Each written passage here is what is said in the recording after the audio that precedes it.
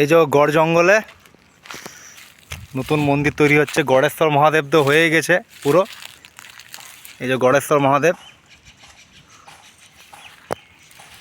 এইটা কি মন্দির হচ্ছে জানি না, দেখে আসি।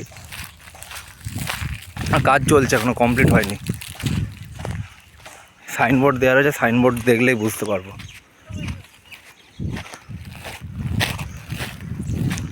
এই যে জয়দেবের সাধনস্থল এটা।